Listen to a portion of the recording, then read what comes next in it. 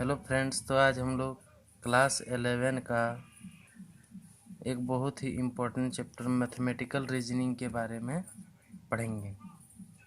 सबसे पहले इस चैप्टर को पढ़ने के लिए हमें जानना होगा स्टेटमेंट क्या होते हैं। तो स्टेटमेंट क्या होते हैं? स्टेटमेंट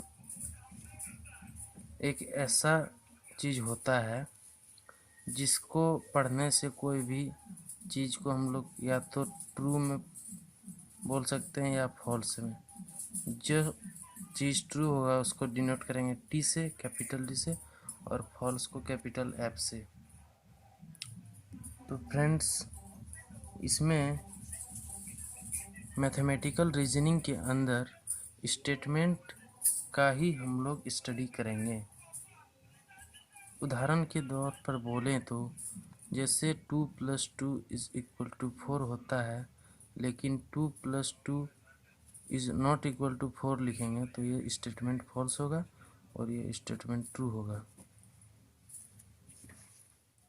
अब हम लोग अगला देखें तो इसमें ट्रूथ टेबल एक होता है जिसे हम लोग आगे स्टडी करेंगे। सबसे पहले इसमें दूसरी बात है नेगेशन के बारे में जानना, जिसको दूसरे नाम से कॉन्ट्रापोजिटिव भी कहा जाता है। अब ये नेगेशन या कॉन्ट्रापोजिटिव क्या होते हैं? ये एक स्टेटमेंट के उदाहरण के तौर पर हम लोग जानेंगे।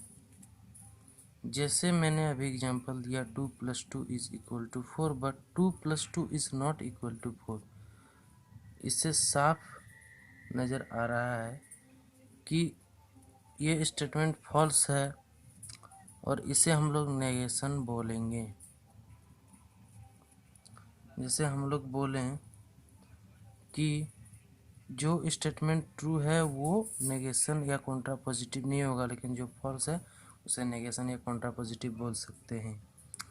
जैसे देखा जाए तो इसका जो सिंबल है it is generally denoted by not P, जिसे हम लोग नेगेशन के नाम से जानते हैं। उसके बाद इसको ट्रिल्डा साइन भी कहा जाता है, TRILDA, और नॉट पी के नाम से भी जाना जाता है।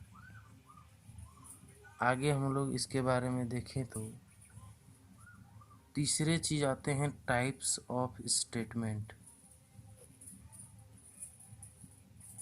स्टेटमेंट के प्रकार। तो पहली बार हम लोग देखें तो स्टेटमेंट का जो पहला प्रकार वो है सिंपल स्टेटमेंट।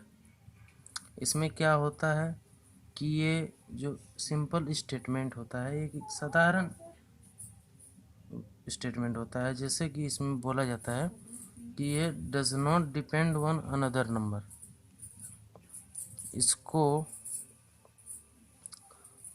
दूसरे चीज़ों से मतलब नहीं है, खुद का मालिक होता है। जैसे हम लोग देखें तो 7 is a prime number example में, इसमें हम लोग बोल सकते हैं कि 7 एक प्राइम नंबर है, लेकिन इसमें हम लोग ये भी बोल सकते हैं कि सिर्फ 7 ही एक प्राइम नंबर है, ये सिर्फ अपने आप को दर्शा रहा है, इसलिए हम लोग इसे सिंपल स्टेटमेंट के नाम से जानते हैं।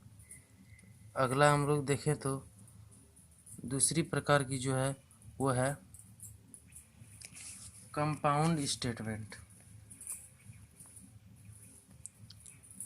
कंपाउंड स्टेटमेंट क्या है? तो कंपाउंड स्टेटमेंट एक ऐसा स्टेटमेंट है जो कनेक्ट करता है दो या दो से ज़्यादा स्टेटमेंट को। इट कनेक्ट्स टू और मोर देन टू स्टेटमेंट। जैसे हम लोग बोले तो I am going and you are going. इसमें देखें तो इसमें दो स्टेटमेंट को एक साथ जोड़ा गया है। जैसे I am going and you are going, मैं जा रहा हूँ और तुम जा रही हो। इस प्रकार के एग्जाम्पल को हम लोग कंपाउंड स्टेटमेंट के नाम से जानेंगे। अब इसमें एक बहुत ही इम्पोर्टेंट कंसेप्ट आप लोग याद रखिएगा, जो है if P is true, suppose P एक स्टेटमेंट है जो कि ट्रू है, देन नेगेशन ऑफ P या कॉन्ट्रापोजिटिव ऑफ P या टिल्डा ऑफ P, हम लोग अभी नेगेशन ऑफ P के नाम से अब इसे बोलेंगे, वो फॉल्स होगा। और अगर यदि हम लोग किसी भी P स्टेटमेंट को फॉल्स माने तो नेगेशन ऑफ स्टेटमेंट ट्रू होगा।